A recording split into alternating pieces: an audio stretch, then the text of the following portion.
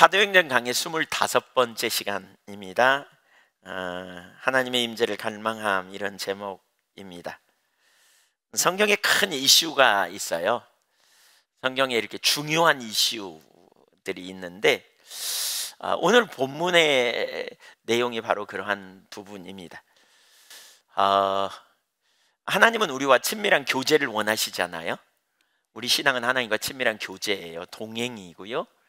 그리고 우리는 하나님을 사랑하고 또 하나님을 경외함으로 우리는 하나님과 예배를 통해 만나고 또 하나님의 말씀을 듣기 원하고 하나님의 임재 안에 하나님과 동행하는 삶을 살아가고, 그것이 우리의 신앙이에요.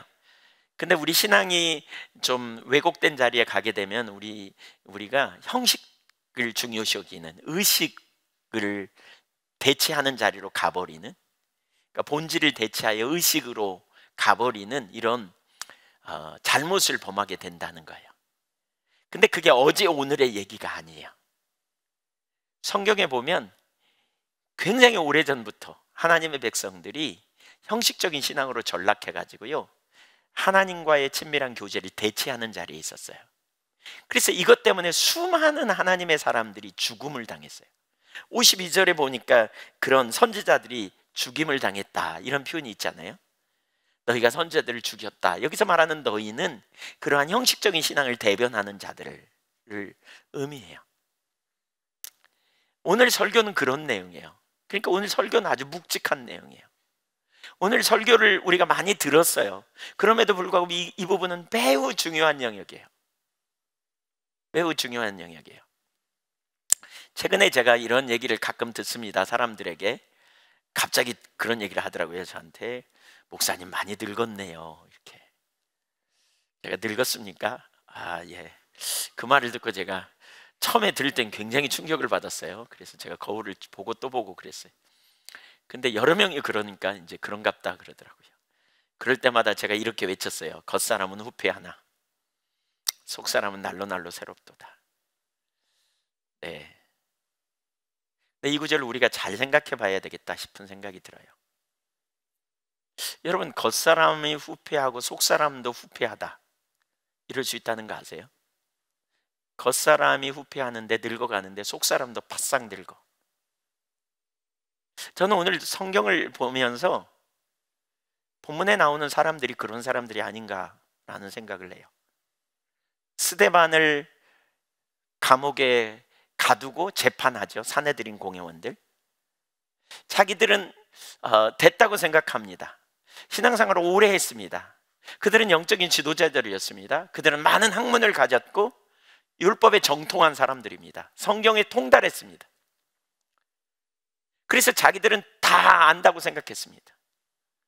근데 문제는 그들에 대하여 스데반이 강력하게 선포하면서 너희가 그렇게 수많은 선지자들을 죽인 자들이라고, 너희는 목이 뻣뻣하다고, 배우려는 자세가 없다고, 너희는 굳어진 자들이라고, 너희가 하나님이 선지자들을 통해 예고한 것처럼 보내리라고 하신 그 사람을 너희가 죽여버렸다고, 너희는 살인자라고, 이렇게 말합니다.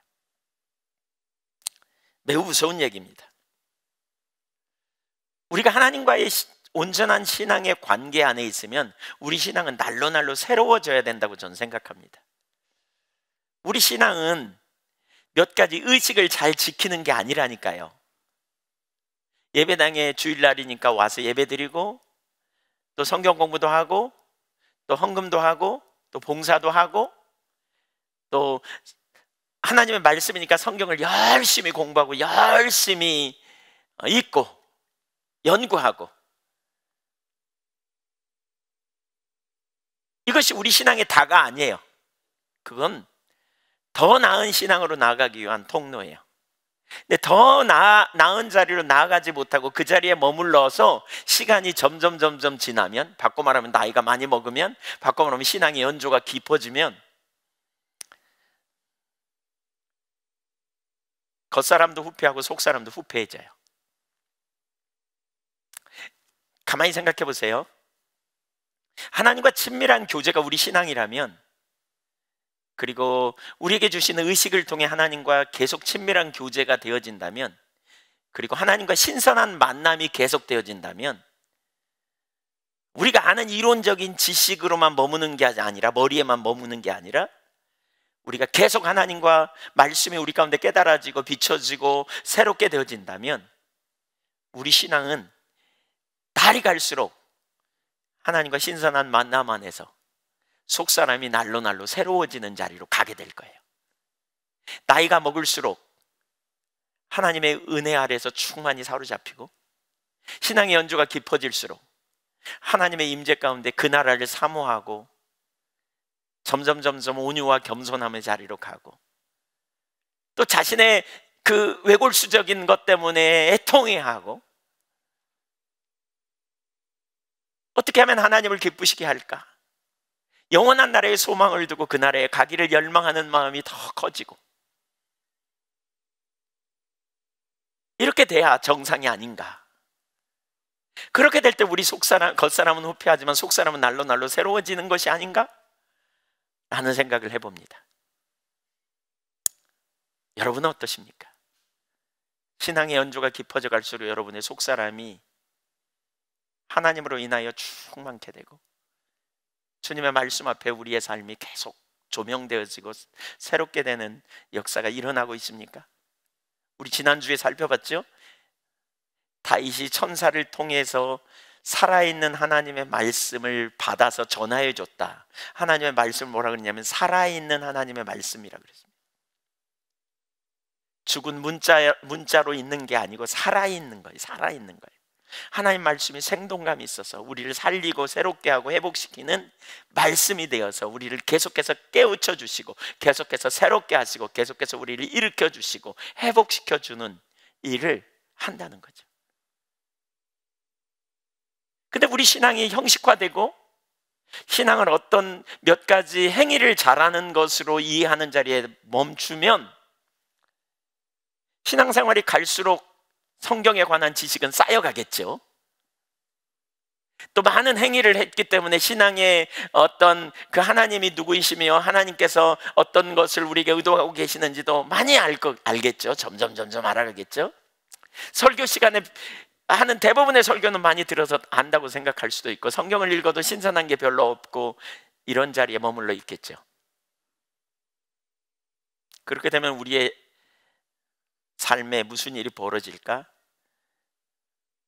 여기 51절에 표현하고 있는 것처럼 목이 고다지기가 쉽습니다.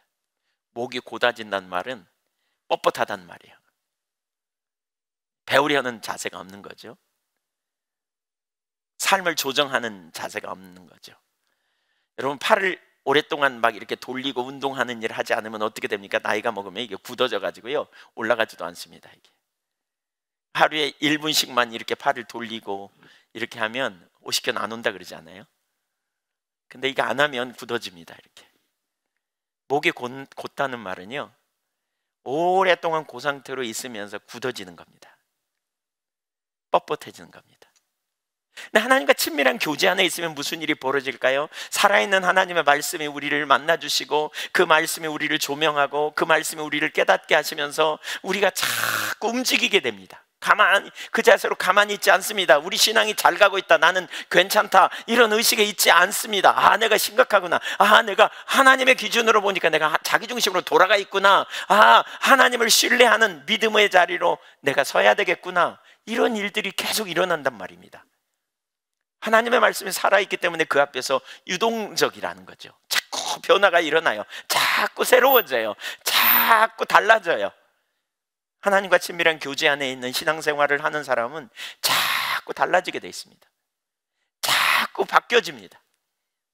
시간이 지나면서 점점 하나님을 경험으로 알게 되고, 내가 이전에 알고 있었던 그 자리에 머물러 있는 게 아니라 자꾸 신선한 하나님과의 교제 안에 날로 새로워지고 변화되고 새로워지는 자리로 나가게 되는 것이지요.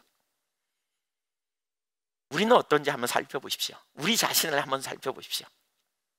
오늘 본문의 이슈는, 본문의 주제는 너무너무 중요한 무게감이 있는 겁니다.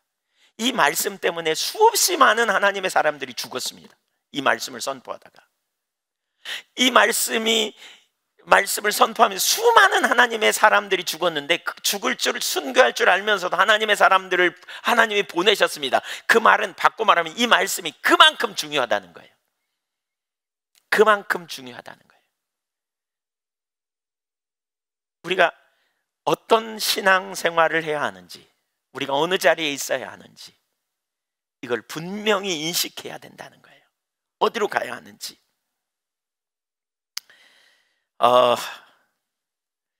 이스라엘 백성들의 문제는 뭐냐면 형식화된 신앙입니다. 지금 사내들인 공회에 스데반이 잡혀갔습니다. 잡혀간 이유가 두 가지죠. 율법을 왜곡시킨다 이런 거 하나 하고요, 또 하나는 성전을 회파하라 그랬다, 이것 때문입니다. 성전 문제.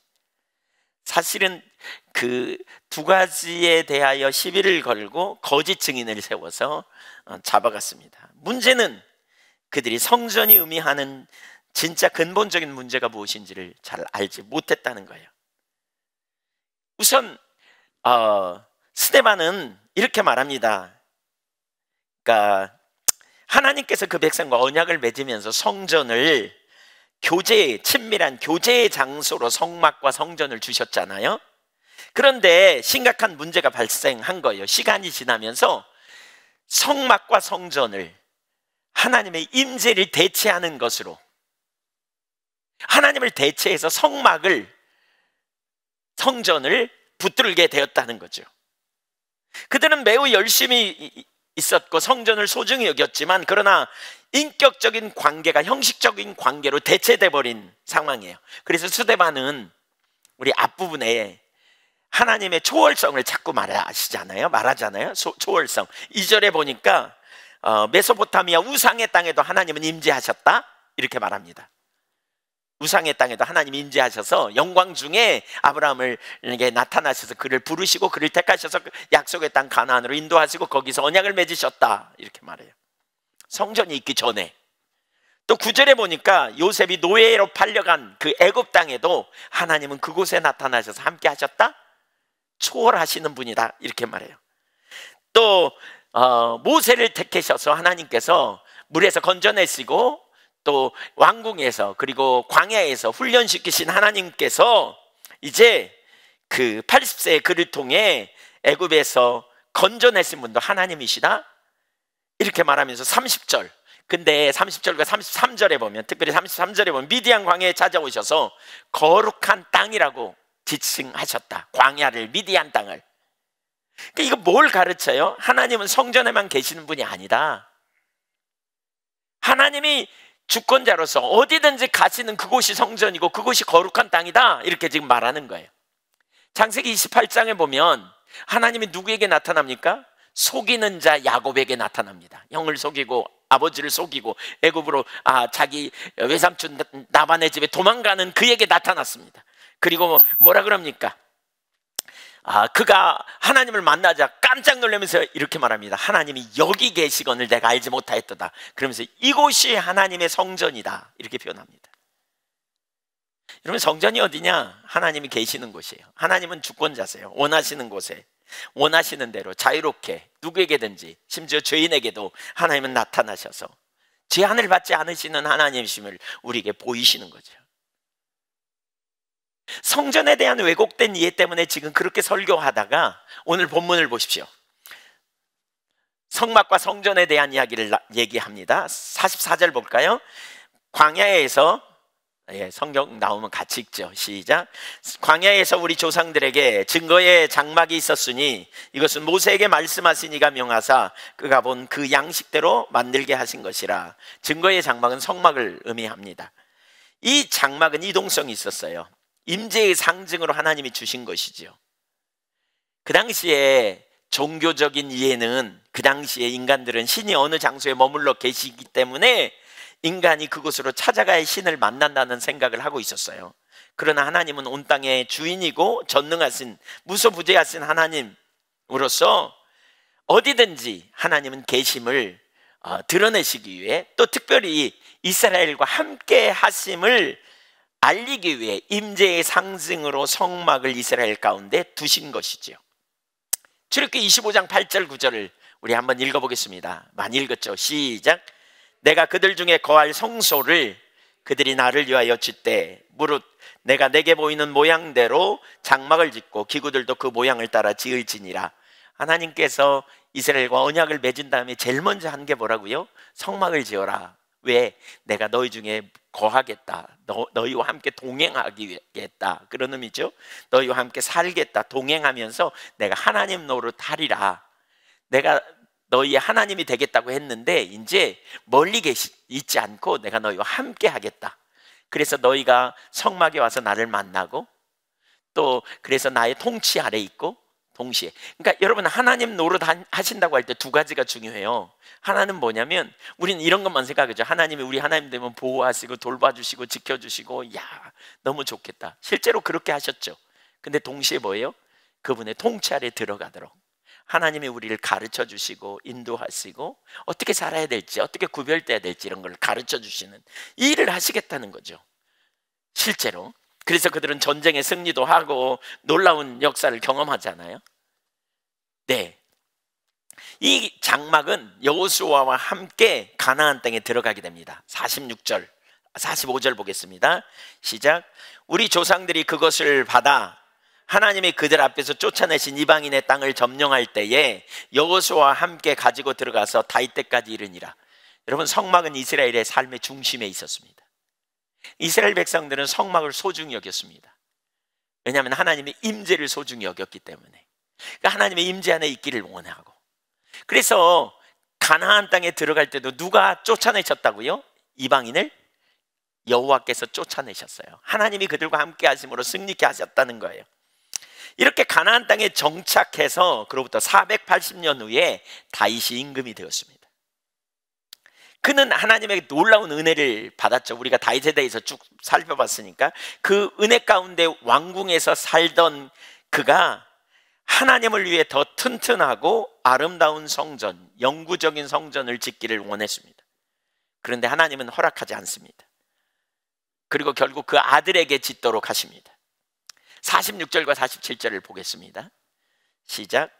다윗이 하나님 앞에서 은혜를 받아 야곱의 집을 위하여 하나님의 조소를 준비하게 하여 달라고 하더니 솔로몬이 그를 위하여 집을 지었느니라. 여러분 보십시오.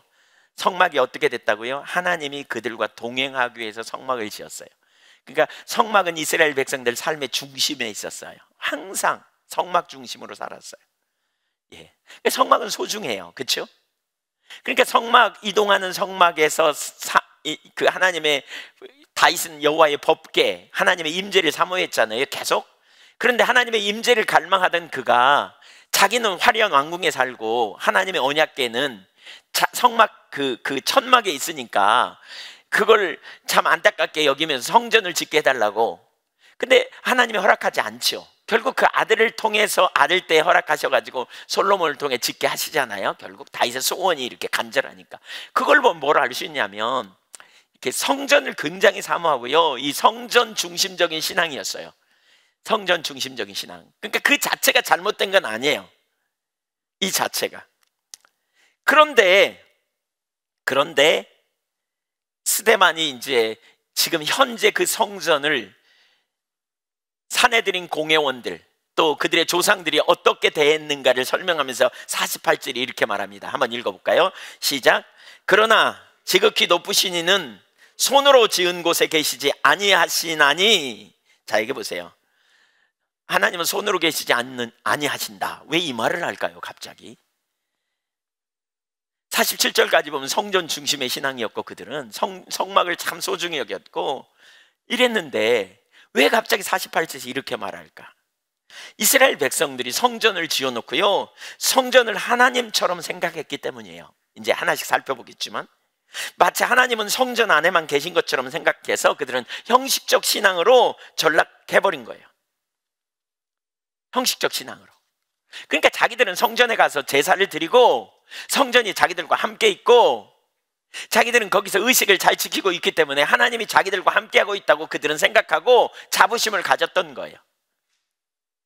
그러나 하나님 편에서 볼 때 그들은 마음으로 하나님을 떠났고 살아있는 하나님과의 개인적인 교제 가운데 있는 자리가 아니라 형식적인 자리로 돌아간 거예요. 사실 솔로몬이 성전을 지으면서도 이걸 똑같이 염려했던 것 같아요. 열왕기상 8장 27절에 보면 이렇게 말하거든요. 같이 읽어볼까요? 하나님이 참으로 땅에 거하시리이까 하늘과 하늘들의 하늘이라도 주를 용납하지 못하겠거든 하물며 내가 건축한 이 성전이오리까. 솔로몬이 성전 건축하면서 하나님은 성전을 초월하신 분, 초월자 하나님, 이렇게 말하는 거죠. 근데 이스라엘에게는 이게 싹 가려진 거예요. 성전을 짓고 난 이후에 성전에서 제사 드리는 것으로 하나님을 대체해버린 거죠. 성경에서 성경이 말하는 법을 따라 제사를 드리고 또 성경대로 그들이 하나님께 나아갔기 때문에 그 율법대로 당연히 하나님이 자기들을 함께하고 자기들을 돌보실 거라고 그들은 여겼던 것이지요. 뭐가 문제입니까? 그들은 성막과 제사제도를, 성막 혹은 성전과 제사제도를 주신 하나님의 의도를 몰랐습니다. 출애굽기 29장 42절 43절을 또 우리가 읽어봐야 되겠습니다. 자주 읽어봤죠. 시작. 이는 너희가 대대로 여호와 회막문에서 늘 드릴 번제라. 내가 거기서 너희와 만나고 내게 번제를 하나님이 주셔서 이스라엘 백성들에게 번제, 제사법이죠. 예, 제사의 목적이 뭐냐? 여기 이렇게 말하고 있어요. 내가 거기서 너희와 만날 거라는 거예요. 하나님이 성막을 세우시면서 그렇게 말하죠. 성막을 세우면서 뭐라 그래요? 내가 이 성막 위에 여기에 거할 것이다. 내가 여기 임재하리라 이렇게 말해요. 하나님 성막 위에 임재하실 거라고, 성막에 임재하실 거라고. 그리고는 언약궤를 두시고 그 언약궤를 발판 삼아 그 위에 서 계십니다. 하나님 임재하십니다.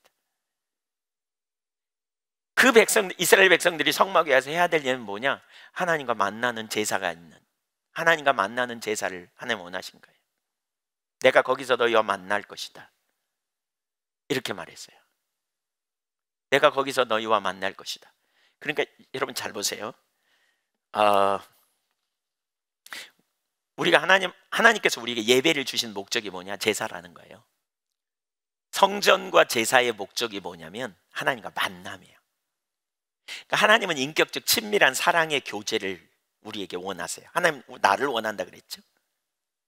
친밀한 인격적 사랑의 교제 안에서 우리가 예배를 통해 하나님과 만나는 거예요. 그러면 하나님과 만남이 뭐예요? 거기 그 구절 계속 올려주세요. 거기서 내가 너희에게 말할 것이다 그랬어요. 하나님의 말씀을 듣는 거예요. 그러니까 성령의 조명으로 말씀이 우리 가운데 살아있는 말씀으로 오는 거예요. 인격적인 살아있는 말씀을 우리 가운데 깨달아지는 거예요. 그렇게 되면 무슨 일이 벌어지느냐? 43절 보세요. 내가 거기서 이스라엘 자손을 만나리니 내 영광으로 말미암아 회막이 거룩하게 될지라. 여러분 하나님을 만난다는 것은 영이시기 때문에 우리가 눈에 보이는 게 아니에요. 성령, 그러니까 뭐죠? 말씀을 깨닫는 거예요. 요한복음 1장 14절에 말씀이 육신이 되어 우리 가운데 거하심에 우리가 그 영광을 보니 그랬어요. 말씀이 나타남이 영광을 보는 거예요. 그러니까 하나님이 누구인지를 알게 되는 거죠. 하나님의 의도가 뭔지, 뜻이 뭔지, 목적이 뭔지 알게 되는 거예요. 하나님의 목적과 뜻과 의도를, 그걸 영광을 보았다. 근데 그렇게 되면 무슨 일이 벌어졌다? 구절을 계속 올려주세요. 내 영광으로 말미암아 회막이 거룩하게 될지라 그랬어요. 사실 이런 거죠. 우리가 예배를 통해서 하나님을 만나는 일이 일어나야 된다는 거예요. 그러니까 여러분 예배는 그냥 우리가 시간 되니까 주일날이니까 예배당에 왔다가 시간 끝나면 가는 게 아니에요. 여러분 그게 아니에요. 그렇게 오랜 시간이 지나서 그렇게 예배 시간에 설교를 듣는 건 새로운 정보를 하나씩 더 얻어내는 게 아니에요, 여러분. 그리고 그 정보를 얻기 때문에 우리가 됐다고 생각하는 자리에 있는 게 아니에요. 참된 예배는 하나님의 성령께서 설교를 선포돼도 그 설교를 통해서 지금 내게 주시는 말씀으로 와야 능력이 있어요. 우리가 교만해도 교만한지 모른다고요. 언제 알아요? 하나님 성령께서 비추셔야 돼요. 여러분 우리가 자기중심으로 마음으로 하나님을 떠나면요 슬금슬금 우리가 남 비판하고 남 판단하는 일 아무렇지도 않게 합니다. 후욕하고요 비난하는 거 쉽게 합니다. 자기 입장에 있어서, 자기 관점에서, 자기 안 알아준다고 자기 유익을 위해서 너무나 쉽게 다른 사람 판단하고 정죄한 자로 갑니다. 우리가 너무나 쉽게 그런 자리에 있습니다. 남 얘기 아니에요. 제 얘기예요. 저나 여러분이나 비슷하죠. 우리 제가 그런 경험 정말 수도 없이 많이 했어요. 내 명예를, 내 유익을 위해 해서는 안 될 거, 이렇게 하면 안 되는데 그러면서 그 자리에 아무렇지도 않게 슬금슬금 다니고, 또 그 다음에 예배당에 와서 열심히 회개하고 또 주님 찾고 대차를 이루는 거죠. 죄 지었으니까 착한 일 좀 하고 이러면서 적당히 이 선을 유지하고 갑니다. 자기중심적인 자리로 돌아가, 너무나 쉽게. 다른 사람이 그 말을 하면 나도 모르게 공조하고 함께 비난하고 흠잡고, 우리가 이런 자리로 가버립니다. 시간을 잘 못 쓰고 엉뚱한 자리로 가고, 하나님의 말씀보다 다른 사람의 칭찬이 훨씬 더 우리를 기쁘게 하고, 지극히 타락한 자기중심적인 자리로 가 있는. 근데 몰라요. 그럼에도 불구하고 난 하나님께 예배했으니까, 난 봉사했으니까, 난 주일날 오늘 갔다 왔으니까 난 괜찮아, 난 잘하고 있어, 이런 자리에 있는 거죠.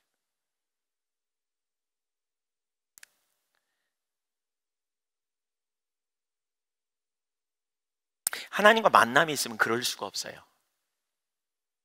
우리 신앙 왜 능력이 없냐?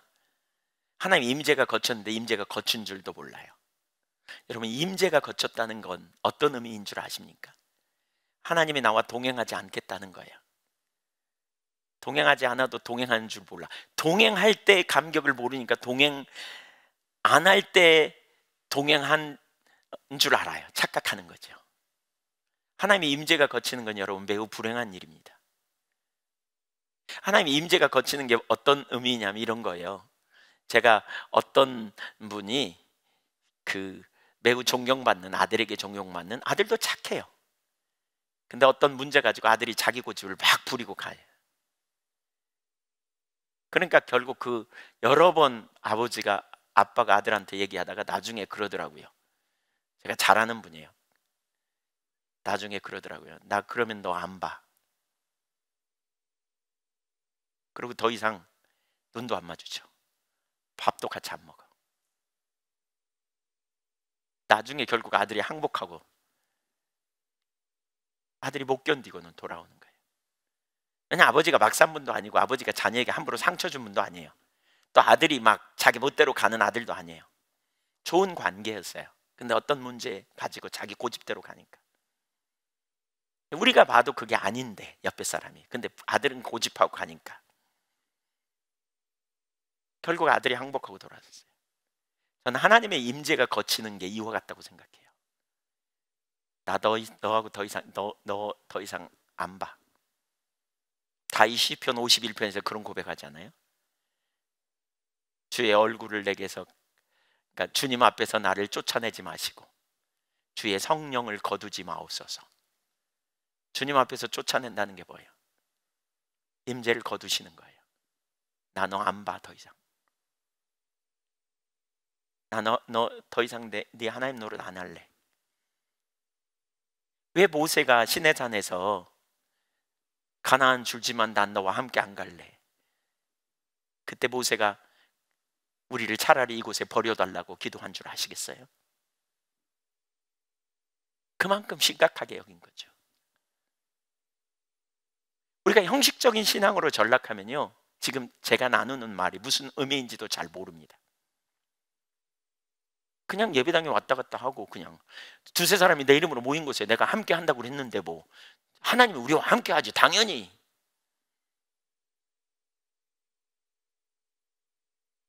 우리가 그 자리에 머물기가 쉽습니다.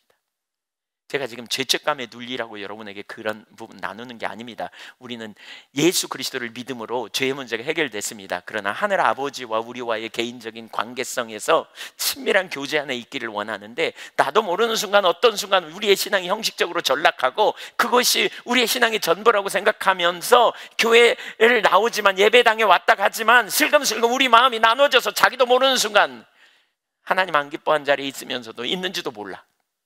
왜? 하나님이 안 깨닫게 하시니까, 깨닫게 안 하시니까. 그냥 속으로 남 판단하고 미워하고, 여전히 미워하는 거 똑같이 미워하고, 여전히 욕심 부리는 거 똑같이 욕심하고, 돈이 조금만 걸려도 그냥 손해보지 않으려고 벌벌 떨고, 우리가 그러한 자리에 돌아가면서 전혀 그런지도 모르고. 하나님의 임재가 거치면 뭔지도 몰라요. 하나님 안 비춰주면 전혀 알 수 없어요. 우리가 그 자리에 있다면 매우 심각한 거라는 거죠. 여러분, 우리가 하나님이 비춰주시지 않으면 우리의 상태가 얼마나 심각한지 모르지 않습니까? 모릅니다. 몰라요. 살아있는 말씀이 우리 가운데 오셔서, 말씀으로 오셔서 우리를 깨닫게 하시고 생각나게 하시고 돌이키게 하고, 이런 일이 있어야 우리의 삶에 자꾸 뒤집어지는 일이 벌어집니다. 그냥 나는 알고 있어, 나는 됐어, 난 거룩해, 난 괜찮아, 이런 자리에 착 들러붙어 자기는 다 된 것처럼 착각하는 일 그만한다는 거죠. 그러니까 굳어져요. 그러니까 목이 뻣뻣해요. 그러니까 하나님 말씀을 들을 기도 없는 거죠. 우리 신앙은 살아있는 하나님과의 관계인데, 그래서 예배를 생물이라 그러잖아요. 하나님과 인격적인 만남, 교제가 있는 어떤 의식을, 절차를 지키는 게 우리의 예배가 아니고, 이 예배를 통해서 하나님의 말씀을 듣고 기도할 때, 찬양할 때 하나님의 임재 가운데 하나님께서 내 모습을 비춰주시기도 하고, 하나님이 누구인지 알게도 하시고, 하나님의 목적이 뭔지 알게도 하셔서 우리가 그 하나님을 위에, 하나님의 영광을 위해 우리의 삶을 걸고 전체를 다 걸고 따라가는 실제적인 자리로 가야 하는데, 그게 안 된다면 이게 심각한 거죠. 하나님이 우리에게 의식을 주신 목적이 뭡니까? 살아계신 하나님과 만남을 통해서 거룩하시다는 사실은 다 알죠. 그런데 거룩하신 하나님을 만나봐야 우리가 그 거룩하신 하나님 앞에 우리 모습이 보이고 얼마나 심각한지 깨닫게 됩니다.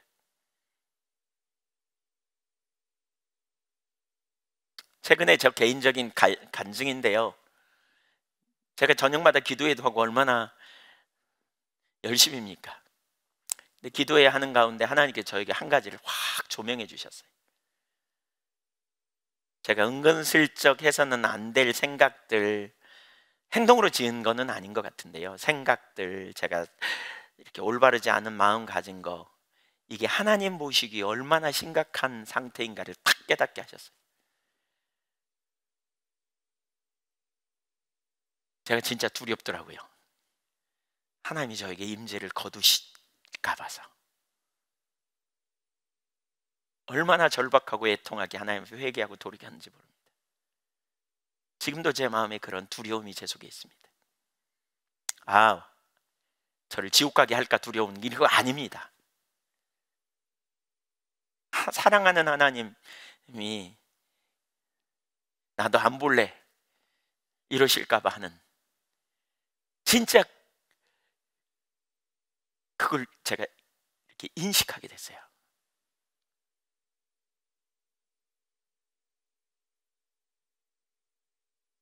그러니까 다른 사람이 아무것도 안 보이더라고요.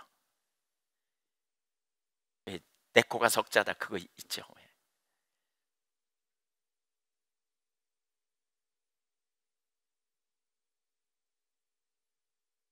하루 종일 주님 앞에 회개했습니다. 그리고 성령으로 충만케 해달라고 기도했습니다. 은혜를 부어달라고. 진짜 대수롭지 않았던 일인데, 이게 하나님 편에서 볼 때 제 마음이 하나님을 떠나 자기 중심으로 가서 열심히 저를 위해 일하고 있더라고요. 이걸 비추셨어요. 하나님이 깨닫게 하시지 않으면 우리 삶에 정말 우리가 어떤 자리에 가 있는지 몰라요. 그러니까 굳어지는 거예요. 성경은 많이 알겠다, 많이 들은 바도 있다, 뭐 지식은 많이 가졌겠다. 그러니까 나름대로 자기 박스를 딱 가지고 있으면서 그 토대로 딱 다른 사람 얘기하면 정답만 얘기하고 판단하고 자긴 된 것처럼 다 생각하는, 되게 무서운 자리에 가 있는 거죠. 몇 가지 예를 보죠. 왜곡된 이해들인데 이사야 시대에 보죠. 우선 사도행전 7장 49절 한번 보실래요? 7장 49절 50절 보겠습니다. 이사야 선지자가 인용합니다. 하나님은 집에 계시지 않거든, 이렇게 말하면서 이사야 66장 1절 2절을 인용하는데 보세요. 주께서 이르시되 하늘은 나의 보좌여 땅은 나의 발등상이니 너희가 나를 위하여 무슨 집을 짓겠으며 나의 안식할 처소가 어디냐? 이 모든 것이 다 내 손으로 지은 것이 아니냐? 함과 같으니라. 66장 1절 2절을 보세요. 시작. 여호와께서 이와 같이 말씀하시되 하늘은 나의 보좌여 땅은 나의 발판이니 너희가 나를 위하여 무슨 집을 지으랴? 내가 안식할 처소가 어디랴? 나 여호와가 말하노라. 내 손이 이 모든 것을 지었으므로 그들이 생겼느니라. 잠깐만요. 왜 하나님이 이사야 선지자를 통해, 이사야 시대 사람들을 통해 이 말씀을 하셨을까요? 왜? 그 시대 사람들이 성전을 하나님, 그러니까 본질을 대체하고 성전을, 의식을 본질로 대체해버린 거예요. 그 시대 사람들이. 그러니까 이렇게 말하는 거죠. 이사야 같은 문제죠. 의식으로 본질을 대체한 시대, 무수히 많은 재물을 드리고, 이미 뭐 그 부분은 많이 살폈죠. 이사야 1장에 우리가 무수히 많은 재물을 갖다 바치고 또 모든 절기를 다 지키고 성경대로 그들은 정말 철저하게 하나님 중심적인 자리에 있다고 자기들은 생각했던 것이죠. 그러나 이사야 29장 13절에 내 백성이 입술로는 나를 존경하고 입술로는 나를 가까이하며 존경하나 그 마음은 내게서 멀리 떠났다. 마음이 없는 형식적인 예배로 전락했다. 지금 그걸 말하고 있거든요. 이사야 1장 4절에 보면 그들은 하나님을 이미 떠난 상태예요. 그러니까 여러분 잘 보세요. 몸이 와 있는 게 아니라 마음이 떠나면 하나님 떠난 거예요. 마음으로 하나님을 전심을 다해 사랑하는 자리에 있고, 마음으로 예배를 통해서 예배당에 와 있는 어떤 의식을 지키는 게 아니라 이 예배당에서 인격적 되시고 살아계신 하나님을 알기 원하고 하나님을 사랑하고 하나님의 말씀을 듣기 원하고 경외함으로 하나님 기뻐하시는 길로 서기를 원하는 열망 가지고 서 있지 않은 상태에 있는 것을 두고 말하는 거예요. 그럼에도 불구하고 그들은 무수한 재물을 드렸기 때문에 자기들은 하나님 잘 사랑하고 섬기고 있다고 자부심을 가졌을 거거든요. 그들은. 그러니까 자기들은 문제없다고 말하는 거예요. 그들을 향해 말하는 거죠. 그들을 향해 말하는 거예요. 또 그뿐만이 아닙니다. 여러분, 그런 상태에 있는 그들이 지금 16절 17절 이사야 1장 16절 17절에 보면 그들의 삶에는 온갖 세상적인 죄악, 악한 행실, 또 21절 이하에 보면 공의가 상실되고 살인자들로 가득 찼고 뇌물을 사랑하고 가난한 과부와 고아를 위해 재판을 하지 않는 그런 왜곡된 일들이 세상적으로 가득했습니다. 의식은 가득했는데, 자기들은 하나님 사랑한다고 생각했는데, 성전에서 성경에 말하는 대로 모든 의식을 다 지켰는데 그들의 실제 삶은 이기적이고 자기중심적이고 철저히 자기 유익을 위해, 돈이 조금만 걸려도 금방 자기가 조금만 손해나도 그냥 남을 헐뜯고 비난하고 그냥 안 알아주는다고 판단하고 정죄한 자를 쏜살같이 돌아가 버리는 이 자리가 있다는 거예요. 바로 그런 그들을 향해 이사야 선지자가 이사야 마감하면서 그렇게 말하는 거죠. 이사야 마감하면서 하나님께서 집에 계신다고? 하나님이 다 지었어. 그러면서 66장 2절을 올려줘 보세요. 나 여호와가 말하노라 내 손이 이 모든 것을 지었으므로 그들이 생겼다. 그러면서 그 다음에 보세요. 물은 마음이 가난하고 심령이 통회하며 내 말을 듣고 떠는 자, 그 사람을 내가 권고한 것이다. 의식으로 나오되 이런 자세 없이 나왔다는 거예요. 하나님의 말씀을 듣고 떠는 자, 하나님의 말씀을 듣고 심령의 말씀을 듣기 원하고 하나님의 은혜를 사모하고 하나님의 임재 가운데 있기를 원하고 하나님이 자신의 모습을 비춰주니까 그것 때문에 애통해하고, 또 하나님 제가 뭐가 문제인지 알게 해주세요. 하나님 제가 이 땅에서 어떻게 하나님께 영광 돌리며 살아야 살 수 있을까요? 저에게 비춰주세요. 이런 사모하는 마음을 가지고 떠는 자세를 가진 자들을 하나님이 돌아보신다는 거예요. 그런 자세 없이 드리는 예배에 대해서 3절 이하를 보면, 66장 3절 이하에 보면 그들이 가지는 재물에 대해서, 그들이 바치는 재물에 대해서 뭐라고 하는 줄 아십니까? 개의 목을 꺾어 드리는 것 같다, 이렇게 표현합니다. 가증한 거라는 거죠. 가증한 것, 가증한 짐승이라 그러거든요, 개를. 말라기 시대에는 사실 그래서 뭐라 그럽니까? 누가 성전문 좀 제발 닫아버리면 좋겠다. 마음이 없는 예배, 형식적인 예배, 중심이 없는 예배. 여러분, 이것 때문에 수많은 선지자들이 죽었다니까요. 지금 이것 때문에 이사야 선지자가 톱으로 켜주, 전승에 하면 톱으로 켜 죽였어. 이런 설교했다가 사람들이 안 받아가지고.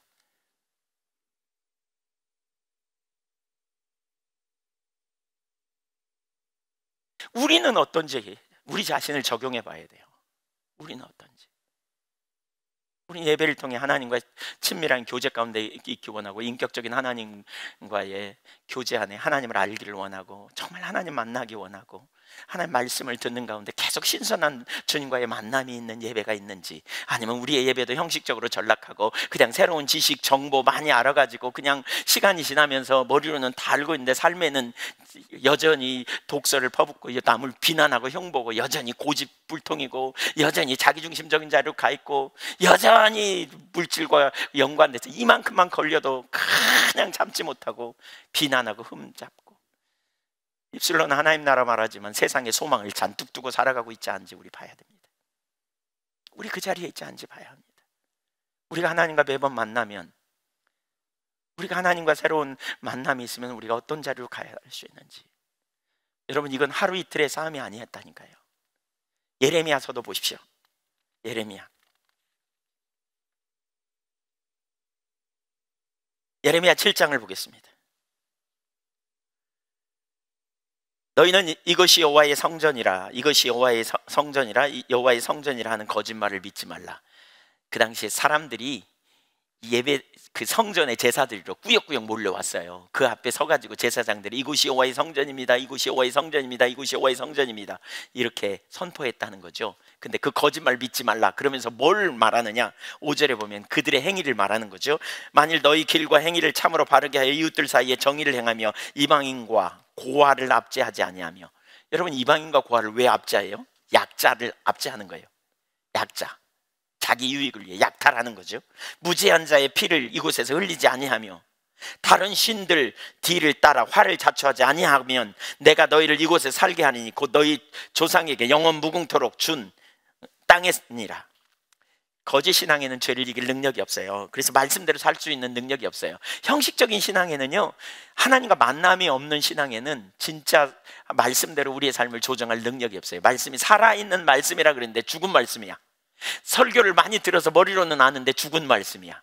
사실 우리 자신을 봐야 돼요. 말씀이, 머릿속에 있는 말씀이 내 삶을 지배하는가, 아니면 머리로는 있는데 가슴까지는 안 오는가. 죽어있는 말씀이죠. 뭐 죽어있는 말씀.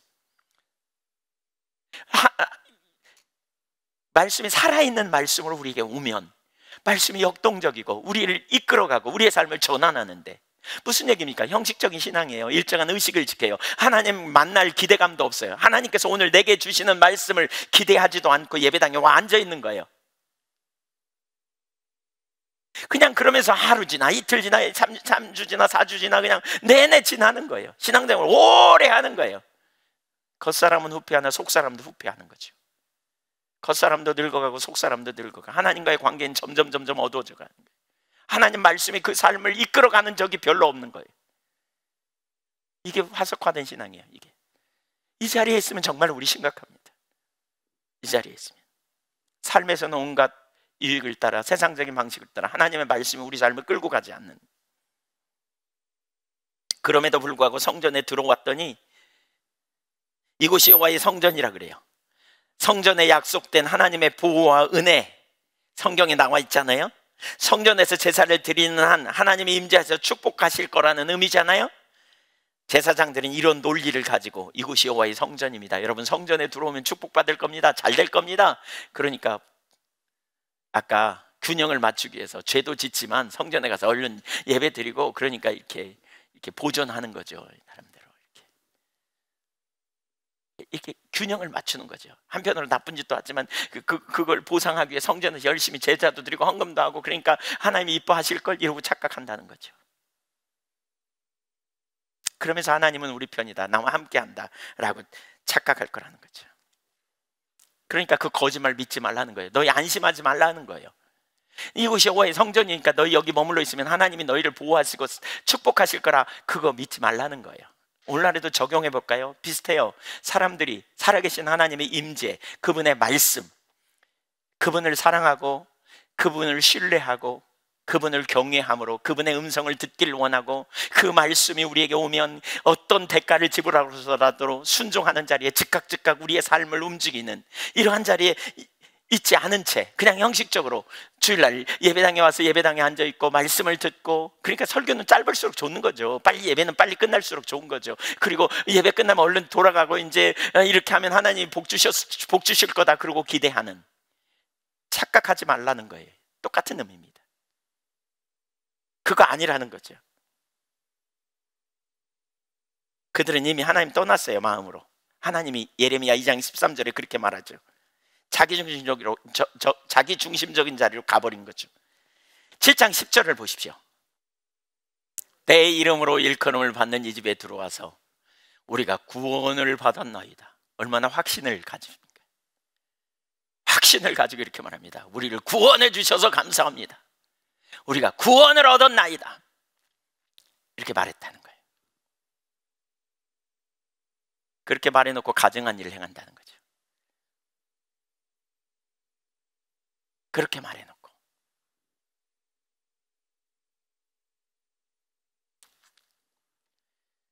확신이 매우 중요하죠.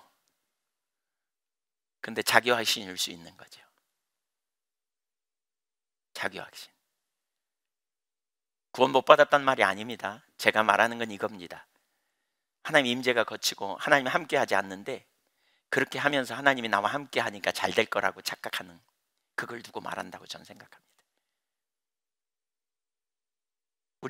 오늘날 우리 그리스도인에게 적용하면 이 말이 구원 못 받았다 이 말이기보다는 자기 나름대로 구원 받는 건 정말 믿음이 있는지는 정말 본인이 알고 또 하나님께서 확신을 우리 안에 주시기 때문에 깨달을 수 있다고 저는 생각되고요. 가봐야 알아요. 근데 한편으로는 믿음은 구원 받아요, 당연히. 근데 현재적으로 이 땅에서 우리가 주님과 동행하는 실제적인 성경이 의도하는 그 삶을 살지 못한 채로 우리는 주님이 나와 함께하고 계시다고 아무리 얘기해봐야 의미 없다는 거죠. 임재를 거쳐 있는 상태일 수 있다는 거죠. 거기에 무슨 능력이 있겠느냐는 거예요. 그들의 문제가 뭔가 12절 보겠습니다. 12절, 너희는 내가 처음으로 내 이름을 둔 처소 실로에 가서 내 백성 이스라엘을 악에 대하여 내가 어떻게 행하였는지를 보라. 이 설교는 여러분 많이 들었어요. 그러니까 이게 무슨 얘기인지 알아요. 처소 실로, 여기 실로는 뭐예요? 언약궤, 이스라엘 백성들이 가나안에 들어와서 제일 먼저 그 언약궤를 둔 곳이 실로거든요. 근데 그 실로에 있을 때, 이게 사무엘상 4장 사건인데요, 엘리 제사장 시대에 하나님이 이스라엘에게 임재를 거두시죠. 그들이 하나님을 떠나니까. 근데 그들이 이제 블레셋과 전쟁이 벌어졌고, 그 전쟁이 벌어져서 전쟁에서 졌잖아요. 많은 사람이 죽었어요. 그랬더니 이스라엘 장로들이 모여서 회의를 하면서 이런 결론을 내려요. 우리가 왜 전쟁에 졌지? 언약궤를 안 가져서 그렇구나. 한마디로 말하면 그들이 생각할 때는 하나님이 우리와 함께 안 하셔서 그렇구나. 그러니까 언약궤를 메고 내와야지, 이렇게 생각한 거예요.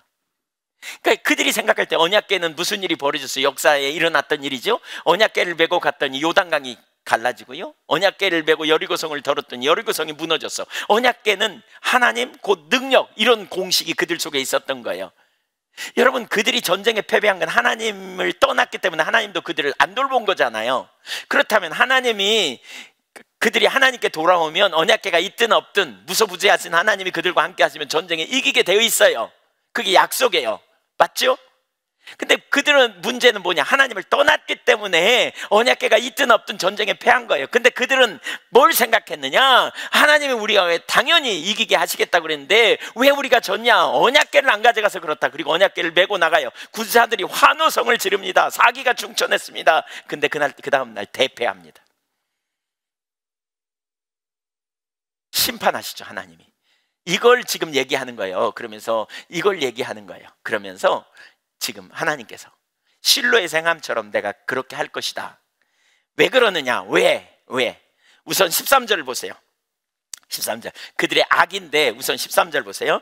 여호와의 말씀이니라 이제 너희가 그 모든 일을 행하였으며 내가 너희에게 말하되 새벽부터 부지런히 말하여도 듣지 아니하였다. 너희를 불러도 대답지 아니하였다.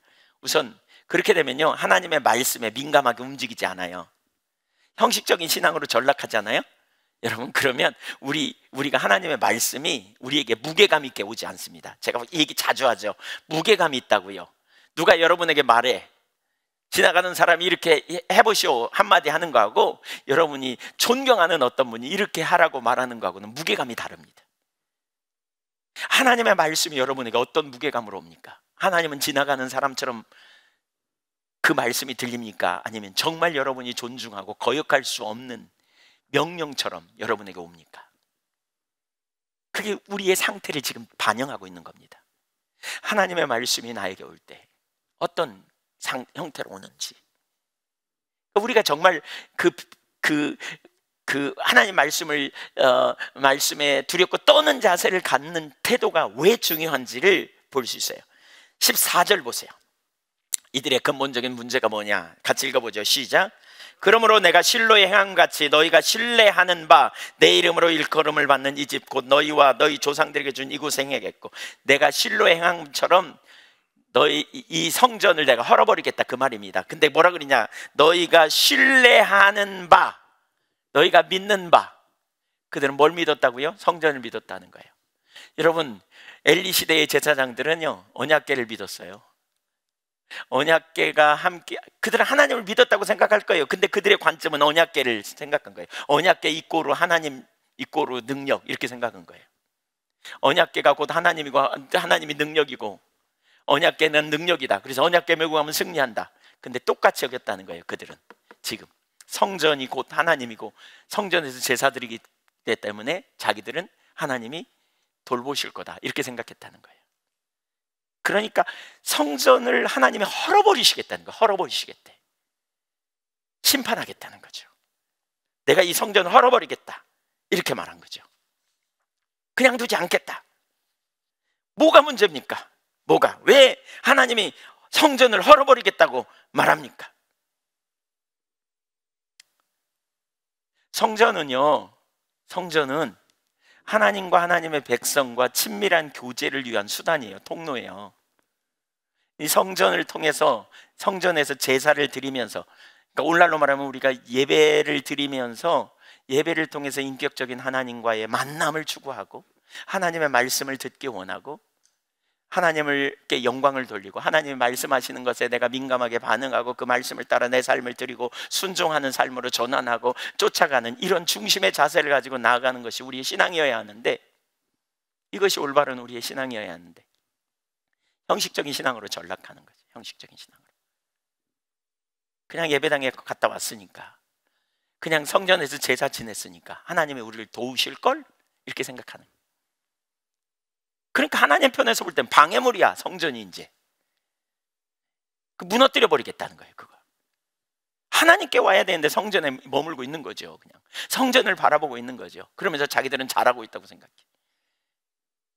오늘날 우리 자신에게 적용해 봐야 돼요. 오늘날 이런 관점으로 본다면 예배당을 신뢰하는 사람들 정말 많습니다.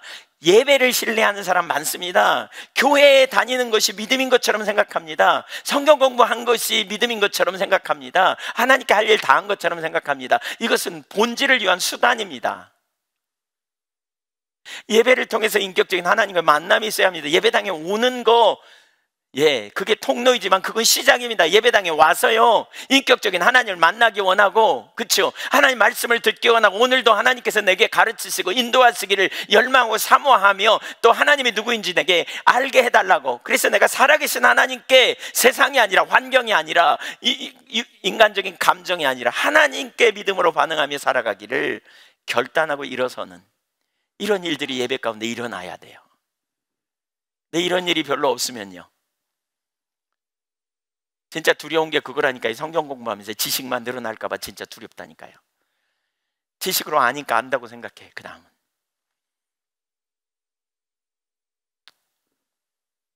무서운 게 생생한 하나님과의 교제가 의식으로 대체하고 이론으로 대체하는 자리에 머물러 있는 것이 우리의 신앙의 심각한 자리에 있는 거죠. 인격적인 만남으로 초청하시는데 예배당에 와서 예배 드리는 순간 초점은 주님께 있어야 되고 겸손히 엎드려 주님의 음성 듣기를 사모하고 또 주님의 길로 행하기 원하며 주님 홀로 영광 받으시기를 원하고, 한편으로는 주님 알기를 구하고, 그리고 주님을 아는 만큼 주님께 영광 돌리는 삶을 살 수 있음을 고백하고 주님을 아는 만큼 또 믿음으로 반응하고 나아가고, 이런 조정이 우리 가운데 계속 일어나야 되는 거죠. 우리 신앙이 예레미야 시대처럼 예배당을 신뢰하는 습관적인 신앙으로 전락한다면 거기에는 어떤 능력도 없어요. 하나님 말씀이 우리에게 엄청 부담돼요. 말씀을 듣는 것이 부담돼요. 만남이 없는 삶에 무슨 능력이 있겠어요? 형식적인 신앙, 습관적인 신앙 머물 뿐이죠. 그래서 하나님은 성전을 허물겠다는 거예요. 성전. 마가복음 13장 1절 2절을 한번 볼까요? 네, 그냥 제가 표준 세번역으로 이걸 읽을게요. 시간도 없고 표준 세번역은 훨씬 더 이렇게 좀 이해가 되게 돼 있어요. 예수께서 성전을 떠나가실 때에 제자들 가운데서 한 사람이 예수께 말하였다. 선생님 보십시오. 얼마나 굉장한 돌입니까? 얼마나 굉장한 건물입니까? 웅장한 건물, 너무 아름다운 건물.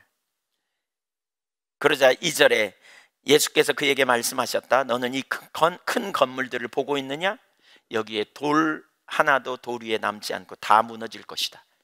예레미야 시대 이후에요, 성전이 3번, 그러니까 예레미야 시대 그 이후에 600년이 지나서 예수님께 성전을 보시면서 제자들과 나눴던 이야기입니다. 한 제자가 그러는 거예요. 성전을 보면서 너무 아름답지 않냐고, 굉장하지 않냐고, 이거 보라고, 웅장하지 않냐고. 성전에 대한 자부심이 그의 마음속에 딱 있었던 거죠. 네, 예루살렘 성전은 크게 3번 건축됐었거든요. 한 번은 솔로몬에 의해 건축됐었고요. 두 번째는 근데 그게 다 무너지잖아요. 예, 주전 587년에 전쟁이 일어나면서 다 무너져 버려요. 그리고 포로로 잡혀갔다 돌아와 가지고 이제 70년 후에 성전을 다시 건축합니다. 근데 그 성전은 볼품 없었죠. 조그만하게. 그러니까 그 다음에 이제 헤롯은 하나님을 믿지도 않는데 유대인들에게 인기를 얻으려고 성전을 건축했어요. 큰 건축. 46년 동안 지었는데 여전히 짓고 있었대요. 엄청나게 큰 건물, 화려한 대리석으로 지은. 그러니까 너무나 아름다운 성전 아닙니까? 이렇게 지금 말하고 있는 거죠. 네, 요세푸스가 쓴 기록에 의하면, 역사가 요세푸스가 자기가 본 어느 신전보다 더 큰 성전이었다 이렇게 말해요. 근데 그 성전을 보면 제자가 감탄하자 예수님 말하는 거예요. 다 무너질 거라고. 무너질 거라고. 웅장한 예루살렘 성전을 하나님과 동일시했던 유대 지도자들의 모습, 자신들이 성전에서 제사를 드림으로 신앙생활을 잘하고 있다는 그들의 생각을 정면으로 깨뜨리는 거죠. 왜 하나님이 그렇게 하실까요? 실제로 성전은 주 68년에 유대인들의 반란을 일으켰는데 그 진압하러 온 로마 군대에 의해 완전히 파괴됩니다. 왜 그럼 성전을 깨뜨릴까요? 본질이 왜곡돼서 그렇다니까요. 본질이 타성과 습관에 젖어서 신앙생활을 하는 것이 오늘 같은 맥락에서 우리가 이해할 수 있어요. 성전, 하나님 만나는 통로가 아니라 우상이 되어버리는 거죠. 그들에게 자부심의 근원이 된 거죠. 우리는 이 성전에 있다 그러면서. 사실 우리 자신에게 이 부분을 보면서 좀 여러분 적나라하게 우리가 봐야 돼요. 제가 오늘 설교를 준비하면서 진짜 눌리더라고요. 그리고 참 두렵더라고요. 이런 설교 때문에 수없이 많은 사람이 죽었다니까요. 하나님의 사람들이. 그럼에도 불구하고 왜 이 설교를 그렇게 집요하게 하게 했을까? 역사적으로 보면 이 성경에 보면 이런 일들이 반복적으로 나오거든요. 왜 그랬을까? 그만큼 이게 중요하기 때문에 그래요. 그만큼 중요하기 때문에. 그 자리에 있어야 우리의 삶에 생명이 있고요, 하나님과 친밀한 교제 가운데 있어요. 예배의 근본 의미가 무엇인지 오늘날 여러분 멀리 있을 거 아니에요. 여러분 아는 누군가를 보세요. 좀 아는 분들 보세요. 신앙생활 하면서 겉사람은 후패되어 속사람은 날로 새로운 사람들이 얼마나 되는지 한번 보세요.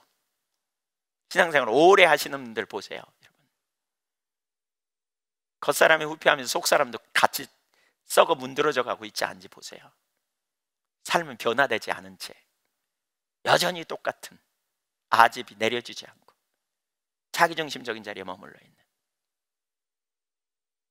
너무 조심스러운 표현이지만 너희는 세상의 빛과 소금이라 그랬는데 실제로는 삶의 변화를 경험하지 않고 여전히 목이 곧은 상태에 성령을 거스리는 상태에 머물러 있지 않은지 보세요. 하나님의 행하심에 영적인 민감함을 가지고 감격하고 기뻐하고 은혜를 구하고 사모하는 자리에 따라가야 할 텐데, 겉사람은 후패해도 속사람 날로 새로워 하나님 나라에 점점 가까워지고 그 임재를 사모하고 하나님 영광을 위하고 이러한 자리에 우리가 가야 할 텐데, 오늘날 너무나 많은 경우에 대단히 죄송하지만 다른 교회에 오래 신앙생활 하신 분들 보세요. 어떠신지 얘기해 보세요. 중심에 기본 신앙은 가지고 있는 것 같은데 실제로 정말 하나님과의 신선한 만남이 어느 시기에 어떤 때에 있었는지, 우리도 너무나 익숙한 자리로 금방 그 자리로 돌아갈 수 있다는 거 아십니까? 너무나 쉽게.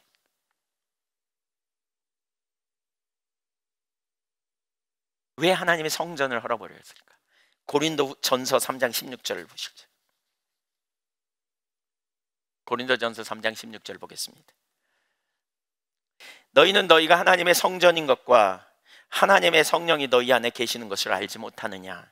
누구든지 하나님의 성전을 더럽히면 하나님이 그 사람을 멸하시리라. 하나님의 성전은 거룩하니 너희도 그러하니라. 하나님이 우리를 성전 삼고 거하기 위해 오셨습니다. 성전을 깨뜨려 버리고 이제 우리를 성전 삼고 우리 안에 거하시기 위해 오셨다니까요. 아멘. 요한복음 4장에 뭐라 그럽니까? 수가성 여인이 뭐라 그럽니까? 우리는 항상 이런 게 우리 체질이에요. 우리가 어디서 예배 드려야 할까요? 이 산일까요? 예루살렘일까요? 이렇게 묻죠. 우리는 어디서 예배하는 게 정답입니까? 어디서 예배하는 게 옳습니까? 이렇게 우리는 자꾸 생각해요. 우리는 매우 형식적인 자리로 가는 체질입니다. 금방 그 자리로 갑니다. 어딜 가서 예배 드리는 게 옳을까요? 이렇게 우리는 묻습니다. 그 여인이 물어요. 그리심 산입니까? 당신네 조상들이 예루살렘이라고 그러던데 어디로 갑니까? 그때 주님이 뭐라 그래요? 이 산도 아니고 예루살렘도 아니고 우리가 하나님께 예배할 때가 온다. 영과 진리로 예배할 때가 온다. 하나님은 영이시니 신령과 진정으로 예배하는 자들을 찾으신다 그랬죠. 네, 친밀한 교제를 사모하고 하나님을 향해 우리는 어디서든지 나아갈 수 있다는 거죠. 어디서든지 우리는 하나님과 만남이 있는 예배를 사모하여 이제 드릴 수 있다는 거죠. 어디서든지. 왜냐하면 주님께서 우리 안에 성전 삼고 우리 안에 오셨기 때문에. 근데 그럼에도 불구하고 오늘날의 예배도 또한 형식적인 신앙으로 전락하는 경우가 얼마나 많은지 보세요. 그럼에도 불구하고 우리를 성전 삼고 우리 안에서 끊임없이 말씀하시고 우리 안에 끊임없이 일으키시고 끊임없이 우리를 회복시키시고 새롭게 하시는 주님의 은혜를 우리가 무시한 채로 살아가는 경향이 얼마나 많은지 몰라요. 여러분, 우리 안에 오신 성령님, 성전 삼고 오신 주님 앞에 매 순간마다 나갈 수 있기를 축복합니다. 기회가 되는 대로 나가자고요. 기회가 되는 대로. 저녁에 일어나서 저녁에 자면서도, 아침에 일어나서도, 차를 운전하면서도, 주방에서 음식을 만들면서도 하나님 앞에 나가세요. 하나님 은혜를 부어주세요. 성령으로 충만케 해주세요. 하나님, 제가 하나님을 예배해요. 하나님, 저 혼자 내버려 두지 마세요. 하나님 은혜 아래 거하도록 이끌어 주세요.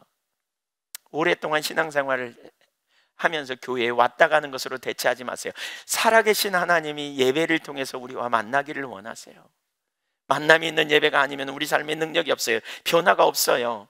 정체돼 버려요. 굳어져 버린다니까요. 그러면 어깨 안 쓰면 굳어지잖아요. 그런 것처럼 굳어져 버려요. 우리 신앙이 굳어져 버려요. 알기는 아는데 삶은 안 살아져. 머리로는 아는데 삶은 안 돼. 시간이 갈수록 점점 이기적이고 시간이 갈수록 점점 자기중심적이고. 그래서 막 그런 얘기 듣잖아요. 기독교인이 문제라고 막 이런 얘기 듣잖아요. 제가 최근에도 그런 얘기를 들을 때 너무 죽겠더라고요. 제가. 너무 죽겠더라고요.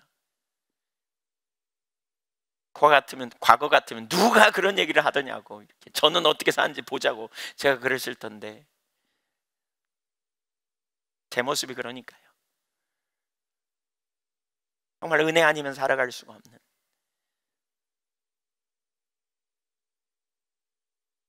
하나님 살아있는 말씀으로 우리에게 오셨는데 우리를 이끌어가는 강력한 역사가 일어나야 되는데 굳어지는 게 문제예요. 형식으로 전락하는 게 문제예요. 본질을 대체하는, 맛을 잃어버린 거죠. 있어야 될 자리에 서지 못한 채로 머물러 있는, 이게 얼마나 심각한지. 거기서부터 우리가 돌아서고요, 거기서부터 회복되어지고요, 새롭게 되어지는 놀라운 능력의 역사가 우리 삶에 일어나야 된단 말입니다.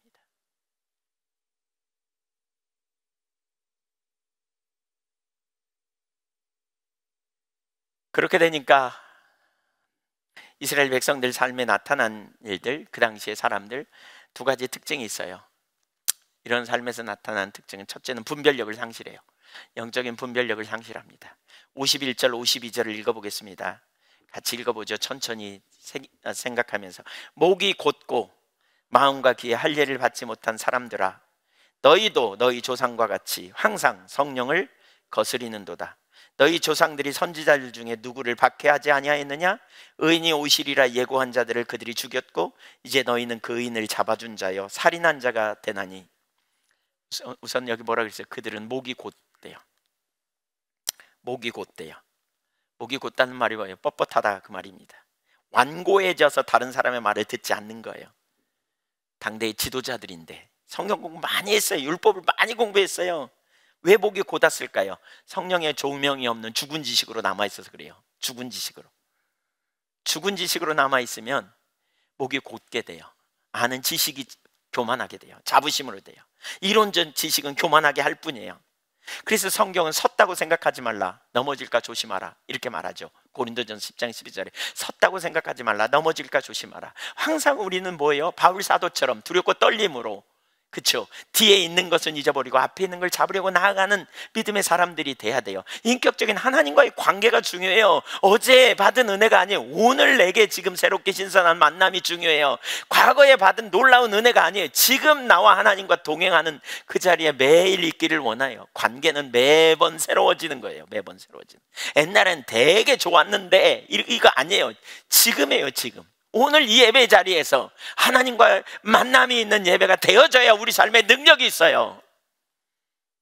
우리는 그런 은혜를 삼하고 가야 돼요. 목이 곧다는 말은 뭐예요? 다 안다는 거예요. 나 됐다는 거예요. 나 그만 들으란다는 거죠.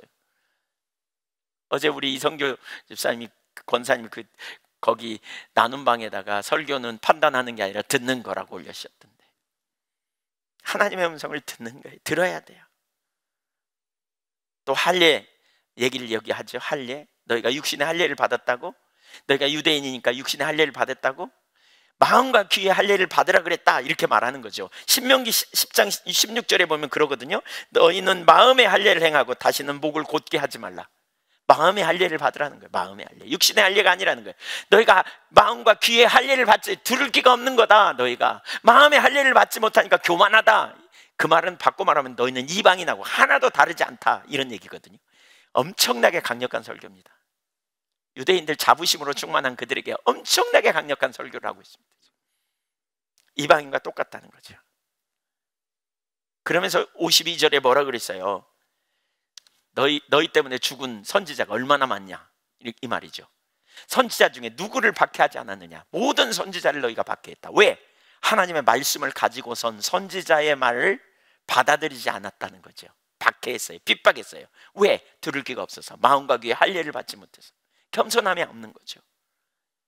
이제 여러분, 우리가 그렇더라고요. 뭔가 됐다고 생각하고 안다고 생각하고 자부심에 빠지면 그 순간 우리는 하나님을 놓쳐요. 그리고 이게 시간이 지나면요, 우리는 결국 하나님과 상관없는 자리로 가버려요. 그래서 우리가 더 겸손함으로 주님을 찾고 구해야 돼요. 결국 그들은 어떻게 합니까? 그들은 의인이 오시리라고 예고한 사람을 죽였다 그랬죠. 여기 모세가 나와 같은 선지자를 하나님이 세우실 것이라고 신명기 18장 18절에 예언했거든요. 모세를 통해서 나와 같은 선지자를 세우실 거다. 예수님 오실 것을 예언한 거죠. 근데 예수님 결국 잡아 죽였다는 거죠. 왜? 분별력이 가리웠어요. 영적인 분별력이 가리웠어요. 결국 그들은 성령을 대적했어요. 성령을 대적했어요. 성령을 대적하는 자리에 간 거죠. 그래서 우리가 본질에 있어야 돼요.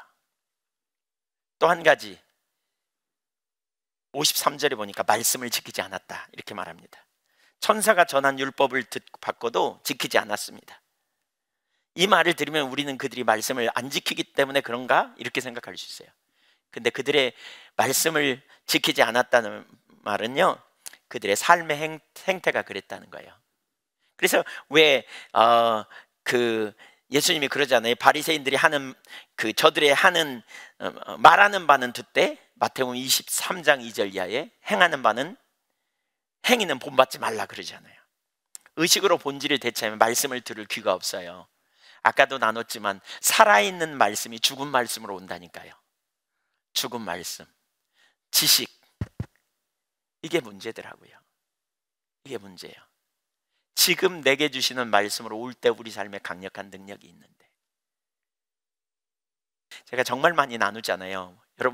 하나님의 말씀이 여러분의 머릿속에 머뭅니까? 가슴으로 와 있습니까? 머리와 가슴이 되게 멀어요. 영적 소경이 뭐냐? 다른 게 아니에요. 보기는 보아요, 듣기는 들었어요. 근데 삶은 안 돼. 이게 영적 소경이에요. 알기는 아는데 못 사는 거예요. 이게 영적 소경, 이게 비극이죠. 화석화된 신앙의 전형적인 특징이죠. 말씀을 듣긴 듣는데 살지는 못하는. 살아있는 말씀은 우리에게 능력입니다. 생명입니다. 운동력이 있습니다. 하나님의 말씀이 우리를 계속 살아있는 말씀으로 온다면 무슨 일이 벌어집니까? 말씀 앞에 우리 상태가 어떤지를 확 드러내십니다. 지금 내가 얼마나 잘못 가고 있는지 어떤 때는 깨닫게 하십니다. 어떤 때는 하나님이 생명의 길로 우리를 인도하십니다. 어떤 때는 하나님께서 하나님의 목적을 우리에게 알게 해주십니다. 살아있는 말씀으로 오면 이런 일이 막 일어납니다. 화석화된 신앙에서는 죽은 언제 하나님의 말씀이 저와 여러분에게 생명으로 왔는지를 살펴봐야 돼요. 하나님과 신선한 교제가 있으면 하나님 앞에 비춰진 자신의 모습이 자꾸 보이게 되어 있어요. 왜요? 하나님 안 기뻐하는 삶을 사는데도 안 비춰진다. 이건 심각한 거죠. 그게 하나님과 만남이에요. 또 하나님과 만남이 있으면 내가 문제를 가지고 여기 와 있는데 한가득 염려를 안고 와서 앉아 있는데 하나님이 필요를 채우시는 분, 혹은 나를 아시는 분으로 조명이 되어진다면요,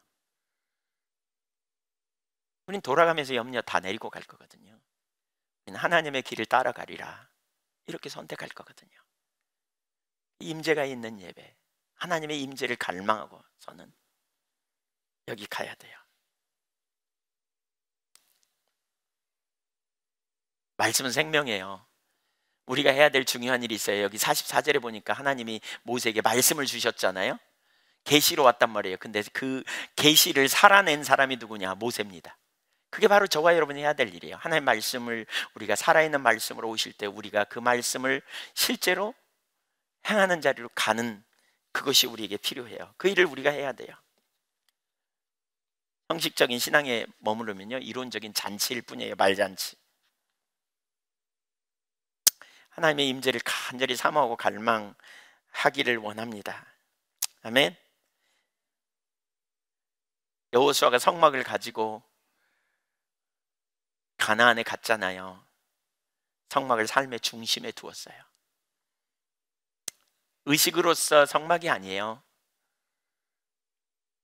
다윗이 성전을 짓기 위해 얼마나 애썼습니까? 의식으로서의 성전이 아니에요. 성전 지으면 복 받는다, 이거 아니에요. 하나님을 사모했기 때문이에요. 친밀한 교제, 사랑의 교제. 저와 여러분이 성전 중심, 성막 중심, 이 삶이 되어야 하는데, 그냥 단순히 교회 왔다 갔다 하는, 단순히 예배당에 와서 열심히 앉아서 설교 듣고 열심히 11조하고 헌신하고 봉사하는, 이게 아니에요.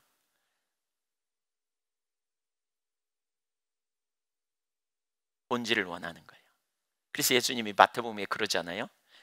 너희가 박하와 근채와 해양의 11조는 들이되 의와 인과 신은 버렸도다. 이것도 버리지 말고 저것도 행해야 할지니라 그랬잖아요.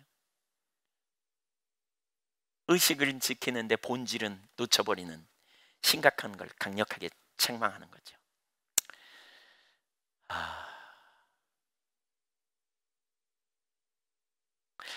거기에 우린 너무나 익숙해요. 저도 그렇고요. 익숙해요. 우리도 모르는 자리에 습관적으로 타성에 젖어진. 왜냐면 하나님이 안 보이잖아요. 하나님 좀 보이면 좋겠죠? 근데 안 보여요. 그러니까 우리도 모르게 그냥 형식적인 자료에 전락하게 되는 것 같아요. 우리가 이걸 경계하자고요. 이건 하루 이틀의 문제가 아니잖아요, 그렇죠? 계속 내려왔던 문제예요. 의식으로 본질을 대체하는 형식적인 신앙. 여러분, 절에 다니는 사람 보세요. 4월 초파일 되면 제가 시골에서 보니까요, 10명이 가도 함께 안 가더라고요. 떨어져서 가요. 줄 서서 가요. 얘기 안 하고. 제가 멋 모르고 차를 갖다 대면서 태워다 준다고, 저기 차 탄 데까지 태워다 준다고 그래도 쳐다도 안 봐요. 나중에 그분들이 돌아오는데 우르르 오더라고요. 그래서 또 만나가지고 태워주겠다고 그랬더니 그냥 쏜살같이 즐겁게 타더라고요. 그래서 제가 물어봤죠. 아까는 왜 안 탔냐고 그랬더니 절에 갔다 오느라고 그랬대요. 부정탈까 봐 안 탔다는 거예요. 부정탈까. 알지 못하는 신에게 향해 나가는 사람들, 그냥 의식 잘 지키면 공들이면 복 받는다는 의식, 이런 의식 아니에요. 하나님 살아계세요. 하나님 우리를 먼저 사랑하시고 우리를 원하세요. 예배를 통해서 우리 만나기 원하세요. 믿음으로 그 주님을 부르십시오. 사모하고 나아가 주님과 매일 만나는 신선한 만남이 있는 저와 여러분이 되기를 간절히 소원합니다. 한 번 더 나눕니다. 이것은 금방 이루어진 일이 아닙니다. 이 메시지 때문에 수많은 사람이 순교했습니다. 이 메시지 때문에. 그럼에도 불구하고 반복적으로 하나님이 이 메시지를 전하게 하셨습니다.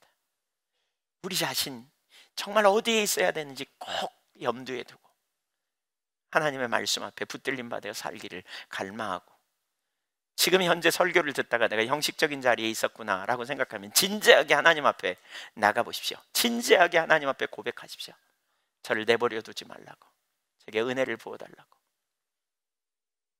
주님이 저와 여러분에게 부어주실 은혜를 사모하며 믿음으로 주님 앞에 나갈 수 있기를 원합니다.